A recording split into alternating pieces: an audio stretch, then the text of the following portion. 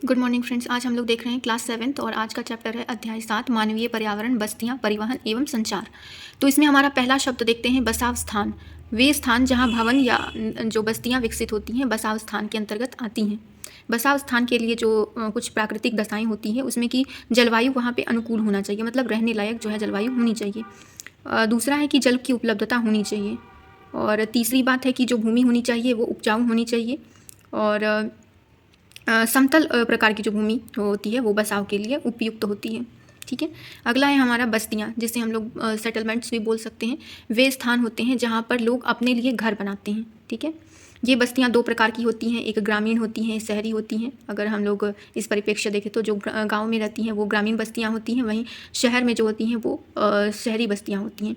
Urban और rural settlements ये होती हैं। अगला है इसमें जो बस्तियाँ होती हैं कुछ स्थायी होती हैं, कुछ अस्थायी होती हैं। स्थायी बस्तियाँ वैसी होती हैं कि जहाँ पर लोग स्थायित्व के साथ रहते हैं, मतलब वो परमानेंट रहता है उनका और वो वहाँ से फिर कहीं जाते नहीं हैं। दूसरा होता है अस्थायी, मतलब कि वो कुछ समय के लिए वहाँ रहते हैं, उसके बाद फिर वो दूसरे जगह पर चले जाते हैं। ठीक है।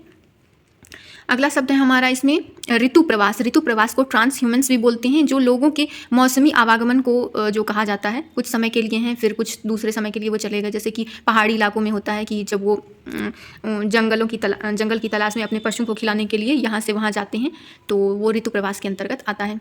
अगला है हमारा सघन बस्ती। इसमें होता है ना कि जो भी घर होते हैं वो बहुत पास पास बने होते हैं। ठीक है।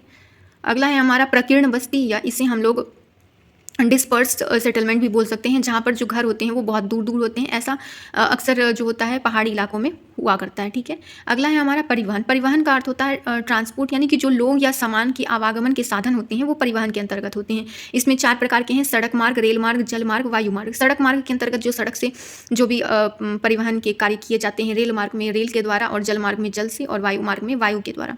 तो सबकी अपनी विशेषताएँ होती हैं, कुछ क्षेत्र के अनुसार जो है वो मार्ग का कार्यान्वयन होता है। ठीक है। अगला है हमारा भूमिगत मार्ग, जिसे सबवे बोलते हैं। ये बड़े शहरों में, मेट्रोपॉलिटन सिटीज़ में इस प्रकार के जो है मार्ग देखे जाते हैं, जो भूमिगत सड़कों को बताते हैं। ठीक है। अगला है अंतर्देशीय जलमार्ग।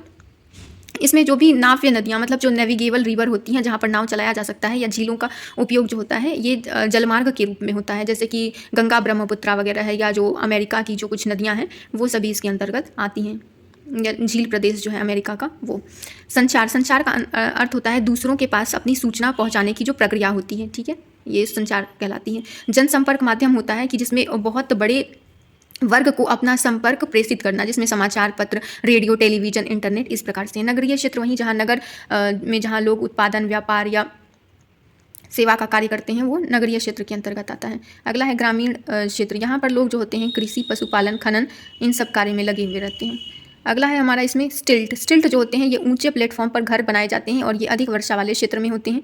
एक फैक्ट यहाँ पे है, जाइलिंग से लहासा ये बीच रेलगाड़ी जो है समुद्र तल से 4000 मीटर से अधिक ऊंचाई पर चलती है, और इसका जो सबसे ऊंचा बिंदु है समुद्र तल से 5072 मीटर है। ये चाइना में है, और चाइना के साथ साथ ये तिब्बत के क्षेत्र में भी अवस्थित है। ठीक है।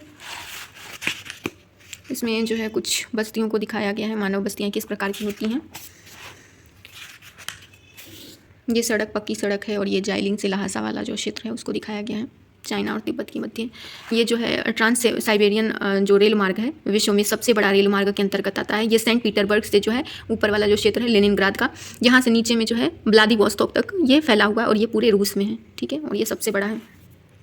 फिर यहाँ पर जो कुछ क्षेत्र हैं पत्तन के बारे में बताया गया कि एशिया में सिंगापुर है, अमेरिका में न्यूयॉर्क, लॉस एंजल्स, दक्षिण अमेरिका में रियो डी जेनियरो, और दक्षिण अफ्रीका में जो है डरबन, केप टाउन, ऑस्ट्रेलिया में सिडनी, लंदन यूरोप में। तो इस प्रकार के मार्ग को दिखाया गया है।